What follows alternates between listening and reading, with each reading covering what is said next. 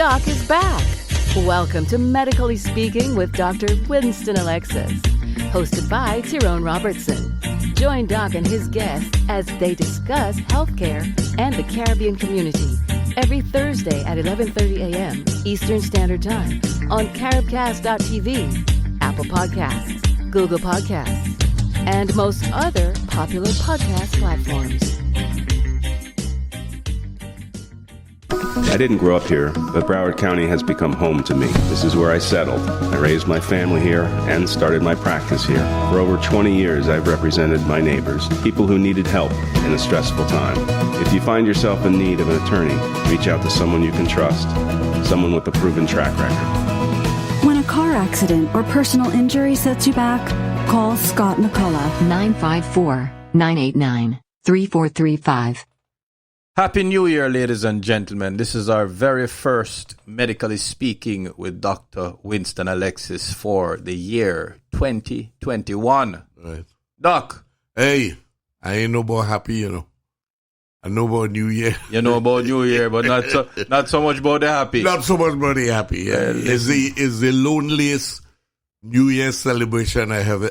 Me, myself, and I. Why I tell you? Because the missus fast asleep. And no party. Nothing. We even tried to organize a little dinner, but in the end, just our part. But in the end, it was too difficult. Yes. So I think that it's time for us to wake up now and stop complaining about how hard it is and get ready for the new reality in America. In all aspects of life, your children education, your health, your workplace, all of that. Believe me, a lot of these things that are taking as temporary now is probably going to get permanent with time. Yes. Right? And again, the reason I'm bringing that up, we don't want to be left behind. Not at all. Sitting down waiting for it to go back to how it's been. And we're going to get left behind. It's not going to be like that anymore. So I am preparing myself in health. How do I do it? I've been researching and reading up what are the changes that's been going on in the healthcare industry. And we are focused so much on insurance. Right. I'm not talking about the amount of care you get, but how it's delivered. Correct. It's going to be a completely different thing because... for instance, this office I have here is going to be considered a Taj Mahal. Nobody's going to have big offices like this anymore. Not necessary. We are finding out it's not necessary because we can't afford it. Yes, well, that too. Yeah, we're not making any money, too. so we have started looking at a different way.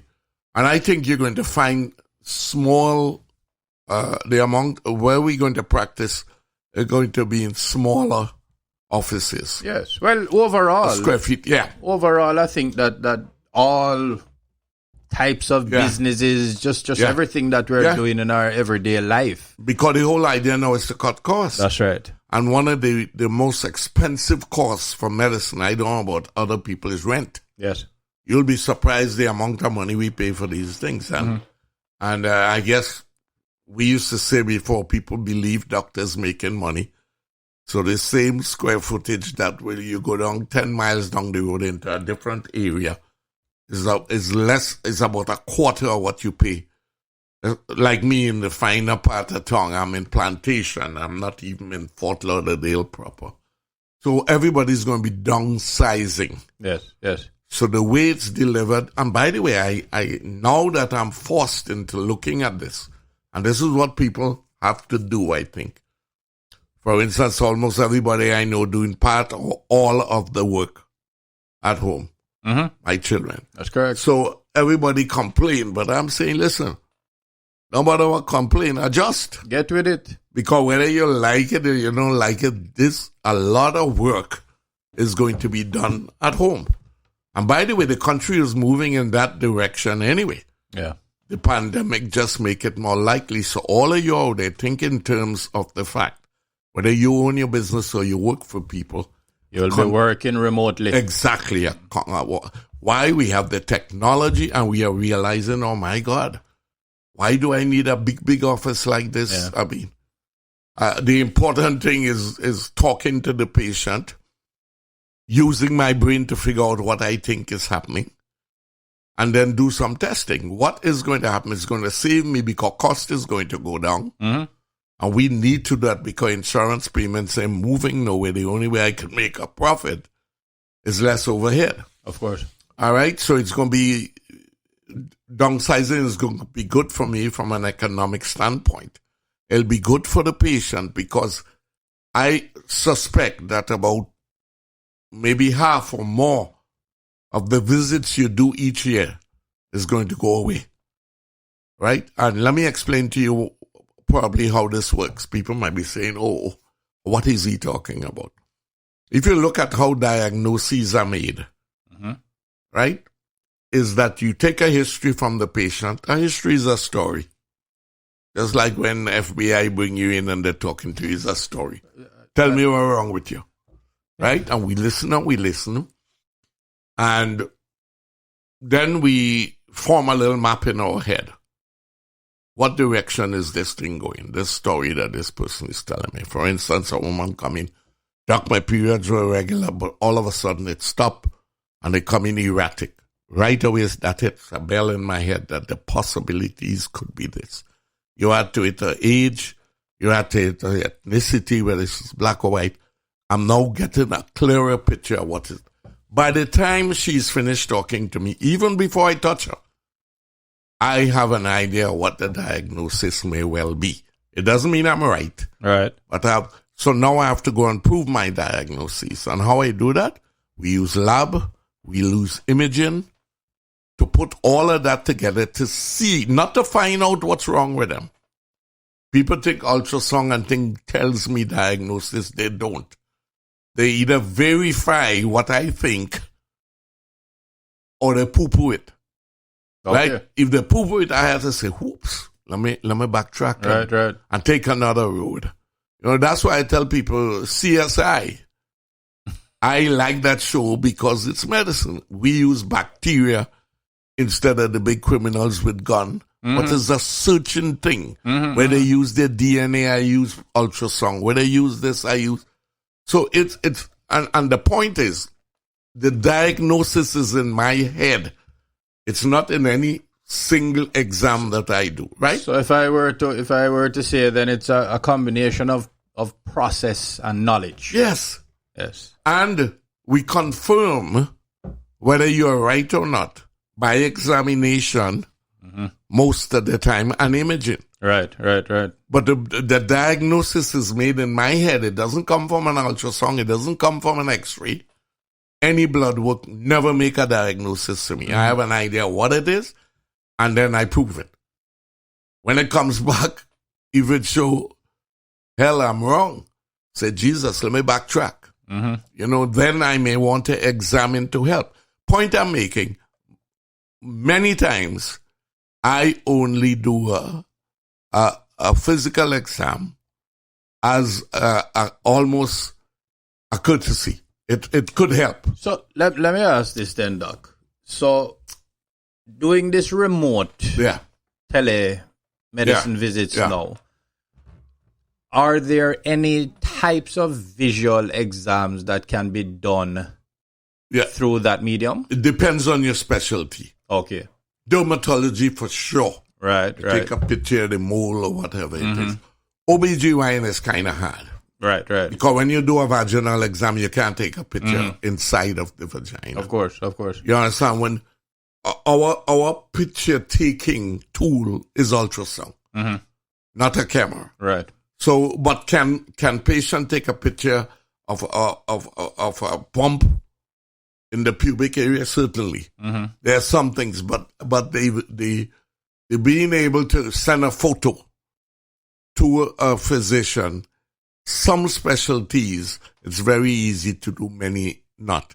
Okay. For instance, no matter where you take, you can't tell anything about a baby floating around in a bed. Of course. Right. So what is going to be, though, some of the visits, let me tell you how we do it now. You come, you give me a story, I examine you, then I send for blood work and imaging. It's going to be reverse. You talk to me, I formulate something in my head, I say, hey, you need an x-ray or you need some blood work, I'm going to send the request to the imaging center. I'm going to send it to Quest or one of the blood work. When I get it back, I'm going to look at it, call you, talk to you. By this time, I would have examined you at least twice. You would have had to leave work, come, I examine you, send it away, come back. So we'll be saving the patient, first of all, the exam. We'll be cutting out. Secondly, though, more important, the time that they take to leave their job, to come here and sit down and wait for me for hours, could be done on a telephone. Why haven't we done it before? The insurance company would not pay for it. You had to be visually present. Now, because of the pandemic, all of that has changed. We can do telemedicine, and they will pay for it. So it's better for the patients. They don't have to leave work or the children or the home to come and sit in a doctor's office for hours. And by the way, now we could streamline our exams. Because understand now, I'm talking to the patient, I'm being paid for that. I don't have to fill up my office with nobody. Then I say, okay, maybe I need to examine 1 out of every 10 patients. Then only one person will come to my office at a specific time. I could really set it up so you wouldn't waste time in doctors' offices. By the way, they have been doing this for years in places like California with the rich and famous. It was a kind of concierge type of medicine, but now it's coming down. We are realizing we are wasting patient time, and time is money. Of course. Right? We are fitting me with a big overhead to have this 6 exam room where I only need 1. Right? I have to pay a bunch of people to draw blood, to sit down, all of that. I could send you directly to the laboratory. I could send you directly. You don't need to come here to pick up a request to go somewhere.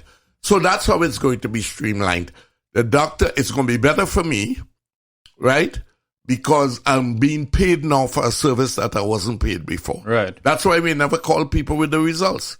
And then, again, on behalf of listeners, I'll ask this. Is there any change in the quality of healthcare that is going to be delivered through this medium? I think it wouldn't affect it. Quacks will still be quacks and good doctors will still be good quacks.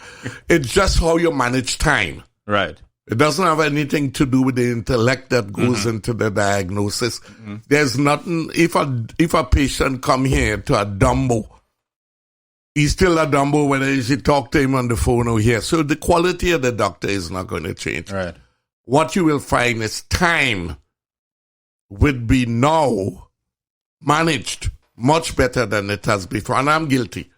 I was one of the slowest doctors in the world. You come sit down in my office sometime. That's because you take time with the patient. But now I could do it on the phone. Yes. I could do it in a lunch hour. She could come out during the lunch break, go on a bench somewhere, and me and she talk. She don't lose the day's work.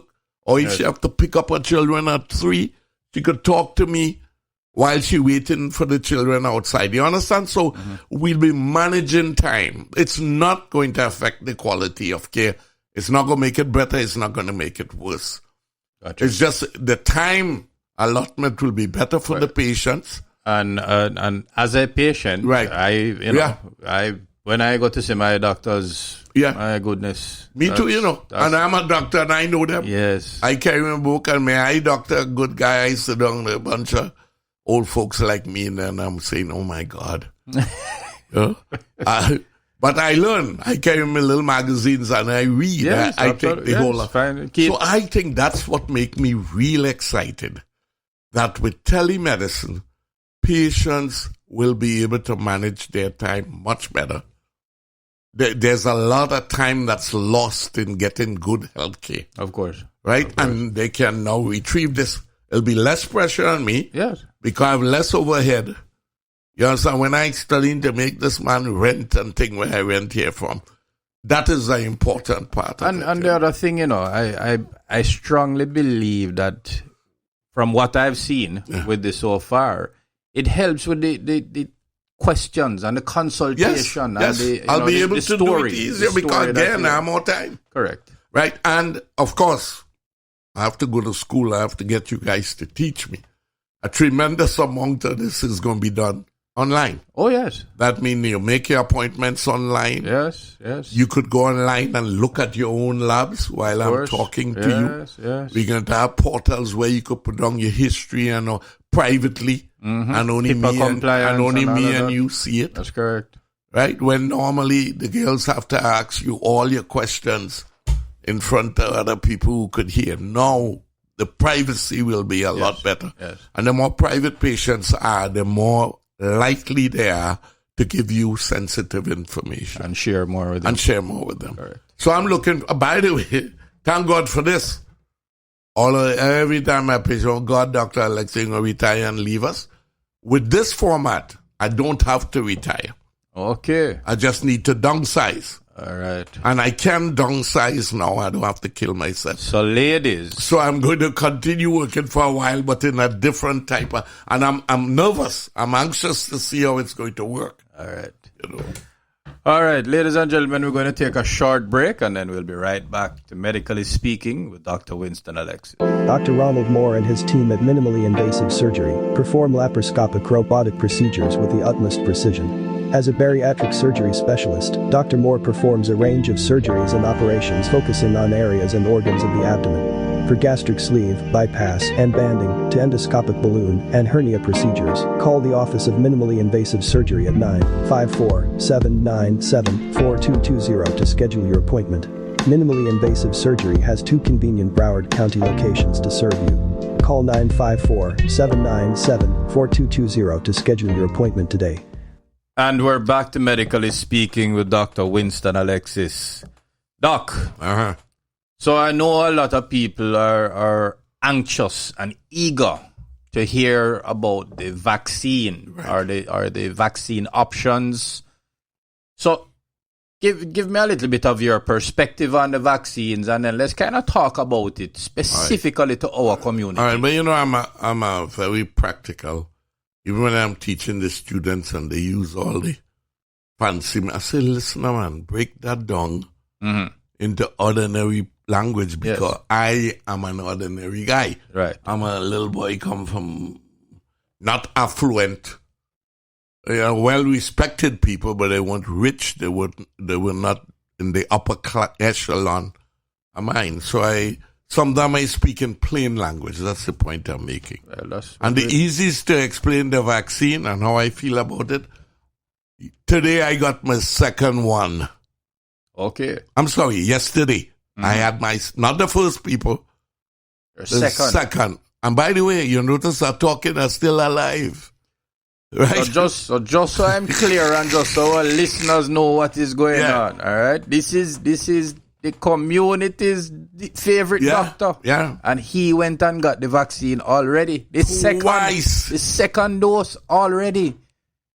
So all of you who are still naysayers, contemplating not taking the vaccine, take note. And remember a few shows back that you did say but you'll be first in line. And if you know if I ain't dead after 3 weeks, you know it ain't gonna kill you. All right. Because how you mean if I was first in line? You know, but let's be practical, people.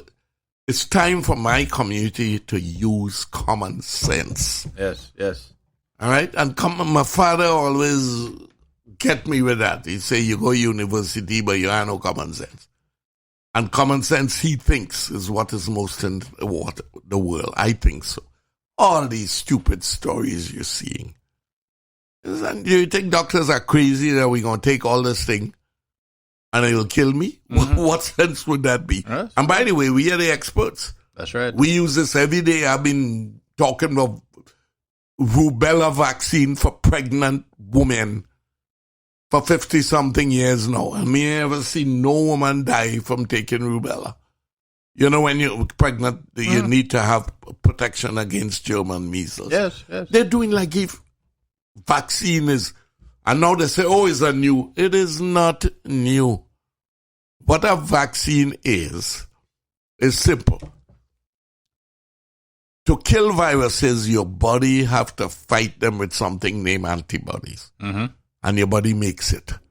Okay. We have found a way to get your body to make more than it usually does and faster than it usually does. So it boosts up your immunity. It's no strange thing. It's your body making the antibodies. I don't have this thing they injected me anymore. I go under my shop a long time. But my body make them antibodies that going to stay there forever. So COVID-19 can't kill me anymore. Right. It's not, you want to hear? Aspirin and Tylenol is more dangerous to the body than a vaccine. Right? You ever see all them things there on TV? Yes. You ever read the fine? I don't know how people can still use their medicine. Or it could kill you, it could bruise you up, it could mash up your kidney. Yes. And yet they go every day and take these medicine. But then they're talking about these vaccines. Right, vaccine stimulate your resistance to the disease. It's not the vaccine. The vaccine disappears after a while. And nobody understands what mRNA is. Let me explain to you what mRNA is. There are 20 billion RNA working in your body every day. Okay. RNA is the message that your DNA is sending to your parts of your body. The DNA don't come out and do it. It send a messenger. It make a copy of it where it wants your muscle to do. And it send the copy out. It can't send the whole DNA because you're going to lose it. And there you have your... So it makes a copy, send it to the muscle. The muscle do what it have to do. That mRNA then die out. And the muscle make the response. Okay. And when the muscle want to respond again, the DNA send out what? mRNA is what carries the message from DNA to the organ that it needs to work. It's not a strange substance. mRNA is a piece of DNA, but it's only a part of it. Right. A copy. The DNA make a copy. Well, we smart, we make the copy for the DNA on the virus, those spikes. Not the spike itself, we take the mRNA, we make the mRNA. We ain't get it from nowhere, we make it. All right. So it ain't coming from the virus. We make it. And we fool your body into feeling that it need to put out tons and tons of antibody. Right. So again, understand things. You know what is disappointing? If you know how much nurses still ain't taking it. My people. I cuss them every day in the hospital. I tell one of them, listen, I ain't talking to nobody who ain't take the vaccine. Oh, doc, you can't do. I say, you hear me? Have any of them given you a compelling reason? Oh, it's new. They don't know about the mRNA. Oh, I ain't want to give it a while. I said, Jesus Christ, I take 2 of them and I'm still standing up. I operated on a lady for 4 hours this morning. I hear shooting the breeze with you. Yes. And I go in and play tennis and gym tomorrow. All right. What's going on? Listen. Let me give you statistics again. Them same people go fly. And the chances of a plane killing you or a car crash killing you is 1 billion times more chance than mRNA vaccine hurting you. All right. So, first question for this evening. What or how do you, in your opinion, do you think that the existing vaccines will deal with these new strains that they're talking about? The point is, let me tell you, the only way viruses avoid detection is to change from time to time. Right? That's going to be the problem. Okay. So this vaccine is going to be good for this and a few variants, but eventually it's going to mutate where we have to give you another vaccine for that. Gotcha. Like we do with the flu. The flu vaccine every year is not the same, you know. They're modified, depends on the mutations. So year over year, the flu vaccine changes? And year over year, the flu virus change.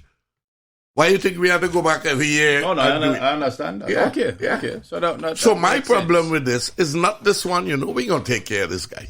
I ain't worried about him. Mm-hmm. The only difference with this, normally it don't hit the whole world. Right, one shot. Areas of the world it hit. Mm-hmm. And let me tell you, part of it is not the virus. Part of it is how the world has changed. Look how much... I could be in Bangladesh a day from now. Years ago, you had to travel by a boat for about a month before you could reach it. So these things couldn't spread. Mm-hmm. Part of the reason why this is a pandemic is not just that the virus spreads a lot, but the way people move in the world. Right. Right. And the way that, I guess, various groups or countries or wherever responded to it. Exactly. And like Obama told them 10 years ago, we are worried that the next war is going to be germ warfare. Yes. And I ain't talking about the germs. I'm talking about what other countries might shook on us. Mm-hmm. So you better, I'm glad for this mRNA because you could make the vaccines quicker. God. Right? Because somebody, when they attack us, see, they thought it was China. Mm-hmm. That's what the next war is going to be. People going to make some kind of virus or something to infect a whole damn nation. It's not guns shooting. So people get accustomed to this. And remember, it's RNA.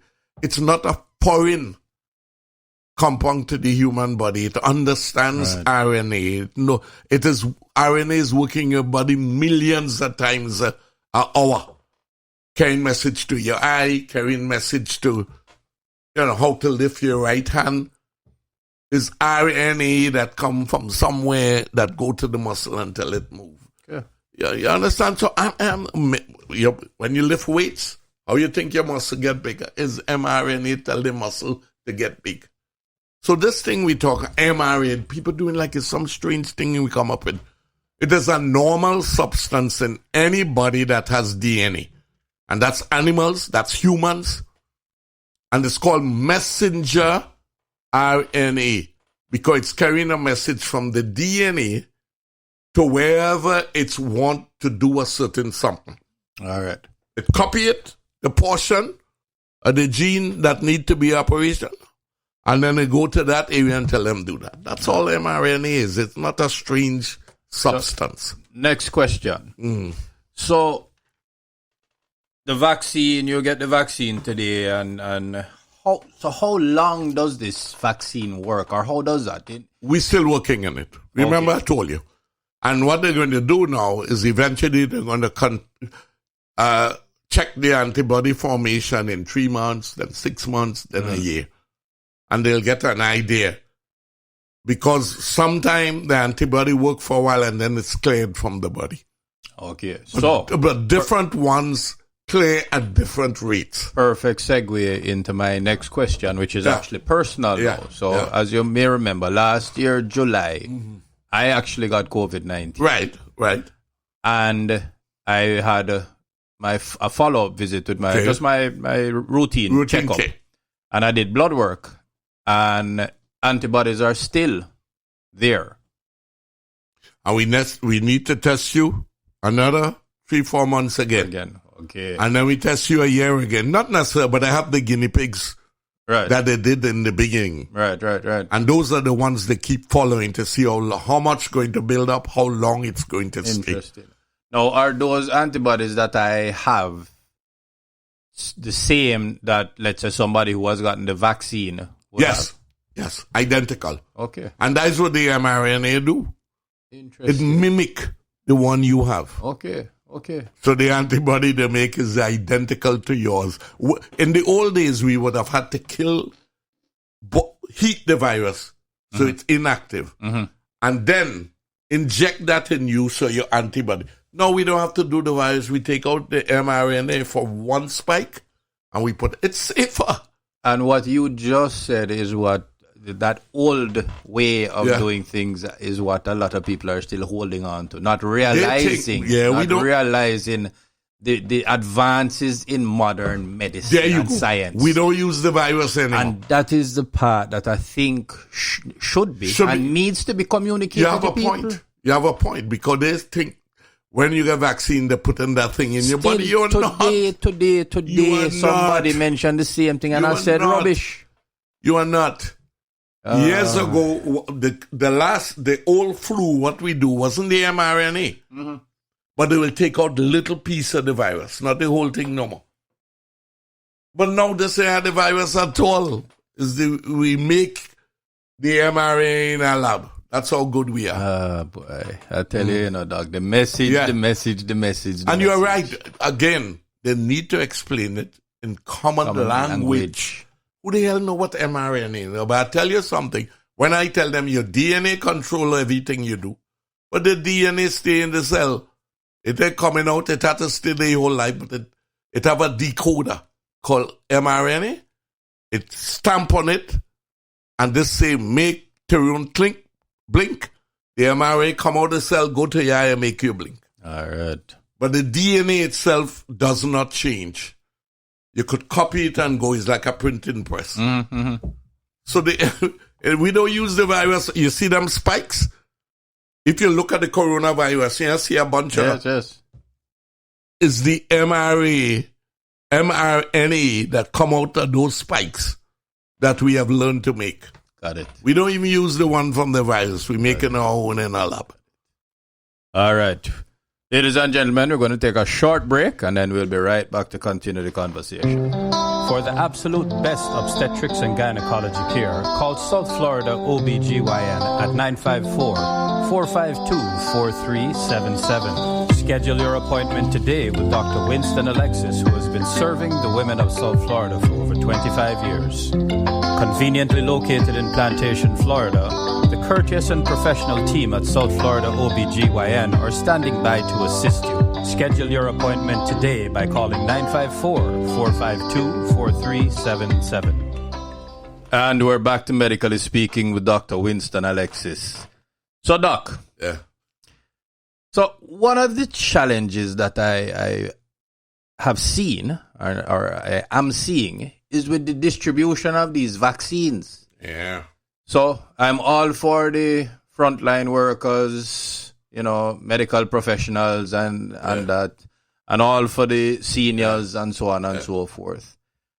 But let me ask you, do you think that there are no younger people outside of those areas I just mentioned that are receiving the vaccine? Young, old, in between, everybody. Mm-hmm. Oh, yeah. There are groups who have people. Who know people who's pushing a different agenda from what Fauci and them have. Okay. Welcome to the real world. You could talk about all them old people lining up. There's some young, important people, and it's who you know getting this vaccine. I'm going to use one of your terms or one of your phrases that you said that your father used to say. Politics. Oh, yeah. Is everything. Everywhere and everything. All right. So you hit it on the nose. All right. Yes. And that's part, they're talking about the volume that is not going on, but the ones we already have, there's good reasons why they have not yet gone out, because self-interest, of course, is showing up in all parts. And that's the world. That's America. I saw an interesting piece today, and I'm sorry I didn't get a little more detail on it, but the gist of the story was that these states and cities that still had local independent pharmacies were doing a better job of getting the vaccine out to the communities than these mega chains. Doesn't surprise me. You understand? Yes. So, and that's kind of what stemmed my thought on this particular topic as it comes to the distribution of the vaccine. As a matter of fact, that's the topic we should be on. Right? Why? Well, not why. I know why it's not going the way it was planned. Yes. It never does. Right. Because once it gets out, then the distribution pattern changes depending on the strength of self-interest groups. That's right. Right? And, of course, black people going to be the last. Because we ain't got, even though we are one of the highest risk, we ain't got no pull. Right? They go on TV and talk about, the high risk group. I tell you, I hope I don't get in trouble for this, but the way I went to get vaccinated, me and see no high risk group. I see a bunch of people who are not even physician, administrative people getting it. Look at that. And administrative is not one of the requirements. Frontline, yes, the doctors, the nurses. But you think them higher people in the medical system throughout America waiting until the very poor man get his vaccine? No, not at all. And the rich and famous, you think they're waiting? Of course not. And quite frankly, where I'm going with this is that, again, I would like to see, and I would like somebody in our community, so in the Caribbean community, not just here in South Florida where we are, but across the diaspora, to address this and say, listen, we have the ability to distribute this. We have the centers. We have people. Sure. We have elected politicians in the cities and in the counties and such. We know how to reach our people. And we should be lobbying like hell. Absolutely. When I throw a fete and party, and I get whatever, 500, 1,000, 2,000 people, or you go to the carnival and you have the 10,000, 20,000, 30,000 people. So we know how to communicate this. Exactly. We know how to coordinate this. We just need to do it. That's correct. That's correct. And therein lies the problem with us. It's not that we don't have the roads, we don't have the intelligence, we don't have the inability to organize. Yeah. And there is something wrong with us that we cannot. We are smart people, as you said. We just have not learned how to get together, how to, and every time, you get me, every time I bring this up, I shake. I see the Polish American Club, the Jewish population is surrounded by what's the name of the Ramat Shalom, what they call it, the temple. Why don't we have why can't our community organize so that and by the way, this is going to be an ongoing issue. If it's not this, it's going to be something else. What about the employment? Yes, there's always tell something. Me, Doc, I get the first check, I ain't get the second or third yet. Other people already spend out their second and third. Right. Why? That's right. Because stimulus, PPP for your loans for your business. We know how to lobby. No, we don't. No, we don't. We need to know how to lobby. That's what we need to learn. And there's something we need to know. We need to learn how to lobby. We need to let this country know how smart we are, how industrious we are. And how many of us are here and great contributors to the society. That's the point I was going to make. But listen to me, nobody ain't going to do it for you. Yeah. We have to get up and do. I've been preaching this thing since 1982 when I come here. And we made one or two feeble attempts to see if we could do it. It's time, people. Yeah. And let me say, people are watching you, I hear you talking about here. I too old, but all the young people have to go ahead. Well, I appreciate the compliment about the young part. But listen, I'll help, but I am not into this organizing.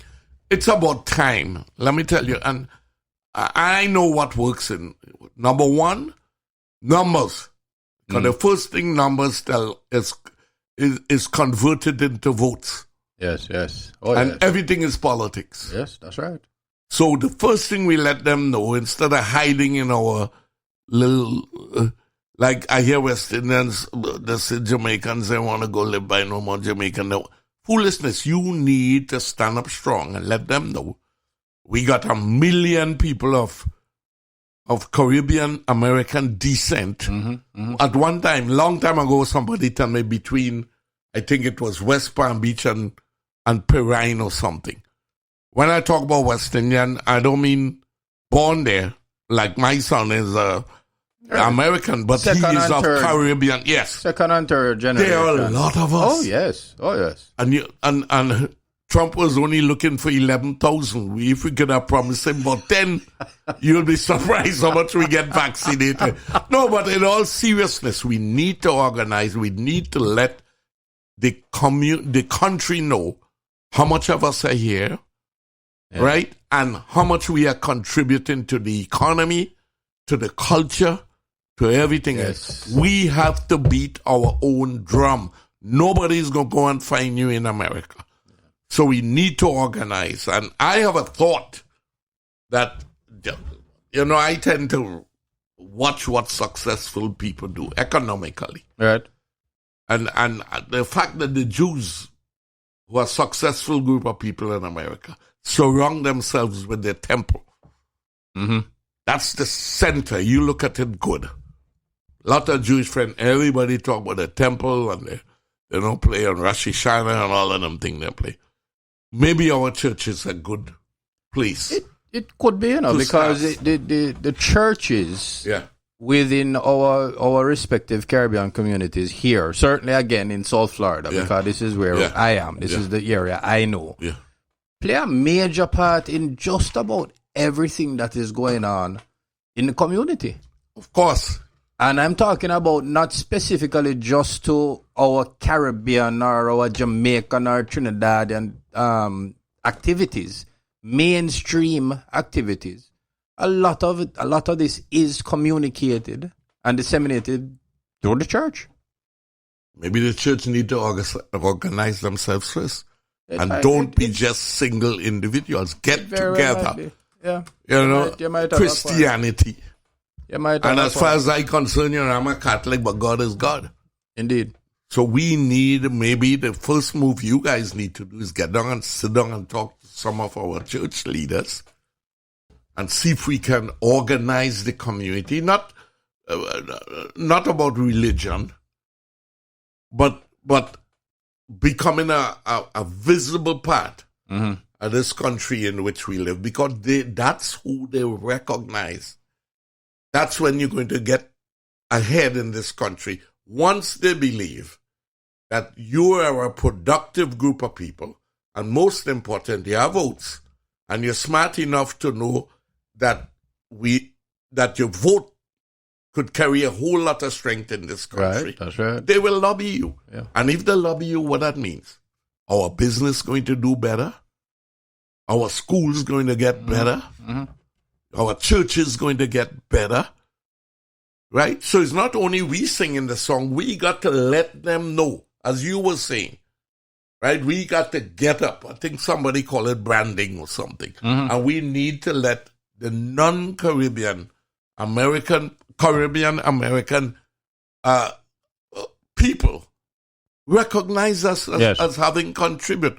By the way, Madam Vice President. Yes. What about that? Yeah. Colin Powell. What about that? Yeah. So it's not just at this level, even at the highest level. We have been contributing, but nobody even know we exist. Yeah. And that's our fault. Agreed.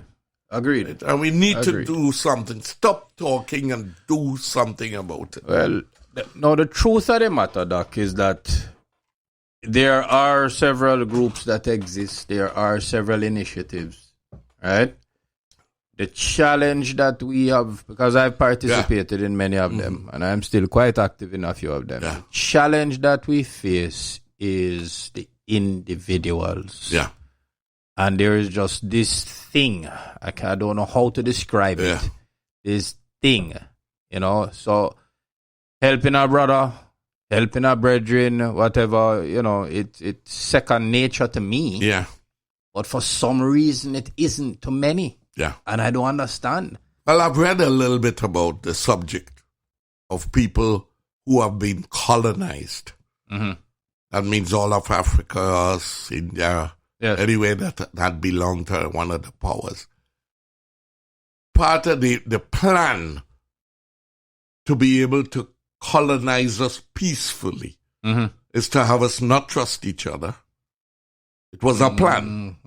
You must be, they teach us to be wary of the guy over there.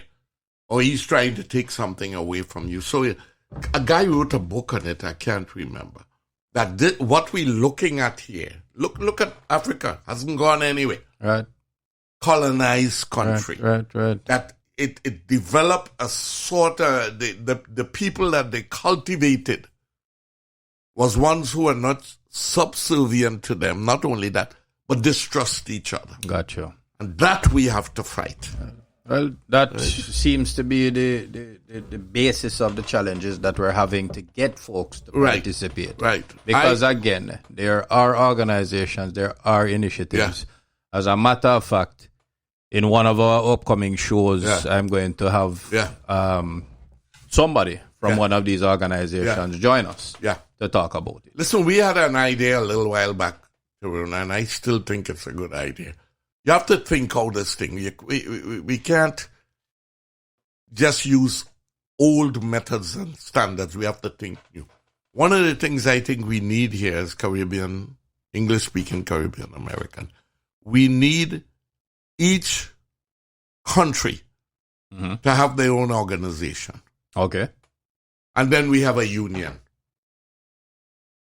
Okay. Where we meet 4 times a year.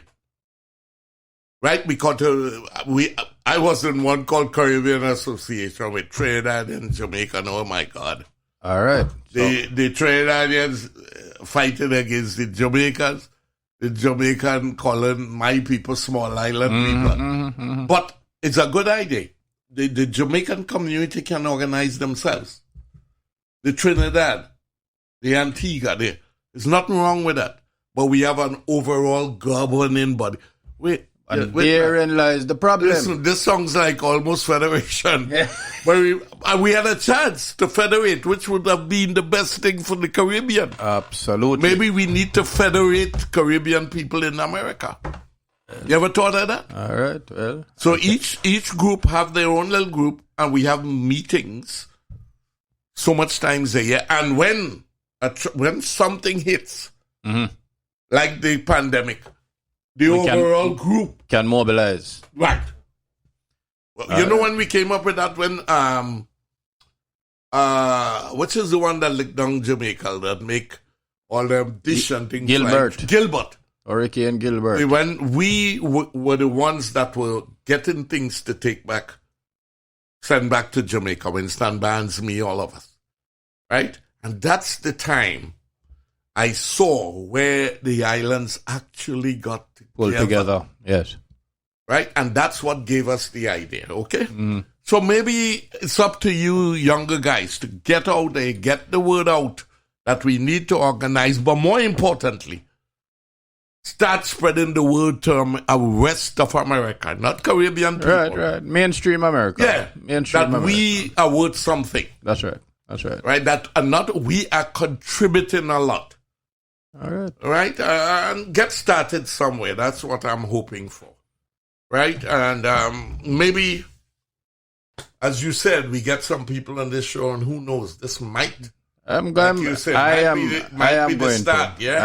organize. Yeah, it might be the start. Over the next few weeks, we're going to make that happen. So, mental health is important. And that part we're just talking about is about mental health. Yes. Getting yourself together, getting a piece of the pie, organizing, lobbying, all of that could help stress. All right. Lessen some of the stresses we have in this country as foreigners. I shouldn't say that one. As Caribbean Americans. Immigrants. Could I use that word? All right, you can use that. Afraid, we could Trump use some word there. Immigrant is still a good word. I just had to find out. Afraid to say anything. Listen, we don't have to be politically correct on this show, True, I forget. Yes, this is our show. And is that down to it's our people and our talk. That's right. Take care, you get me in trouble. I got your back. Ladies and gentlemen, it is our pleasure to be back for 2021 for season 2 of Medically Speaking with Dr. Winston Alexis. And it looks like it's going to be fun. It's going to be some medicine, Oh, but yes. But a lot of community. A lot of Everything community. We're going to mix it up. Mix up this thing. We're going to mix it up. Right. And have guests. Oh, yes. That could come and maybe the next time, who knows, I might get somebody to come and talk on weight. Remember we had promised? We spoke about that. Yeah, on losing weight. Gaining weight, yeah. Well, and January is the perfect month for that discussion. Why, you're looking at me when you say that? Oh, look at Wait, and we didn't even have a big Christmas. You can imagine if we did. Yes. I couldn't fit in the seat yet. All right. Ladies and gentlemen, Medically Speaking with Dr. Winston Alexis is produced and presented by the Caribbean American Connection. Please look out for us online on social media. We are the Caribbean American Connection. Doc? Yeah. Until next time. Right. And don't forget that downsizing, but still here. All right. All right. Take care. All right. We appreciate your time with us on Medically Speaking with Dr. Winston Alexis, hosted by Tyrone Robertson. Join us next Thursday at 11:30 a.m. Eastern Standard Time on caribcast.tv, Apple Podcasts, Google Podcasts, and most other popular podcast platforms. Doc is back.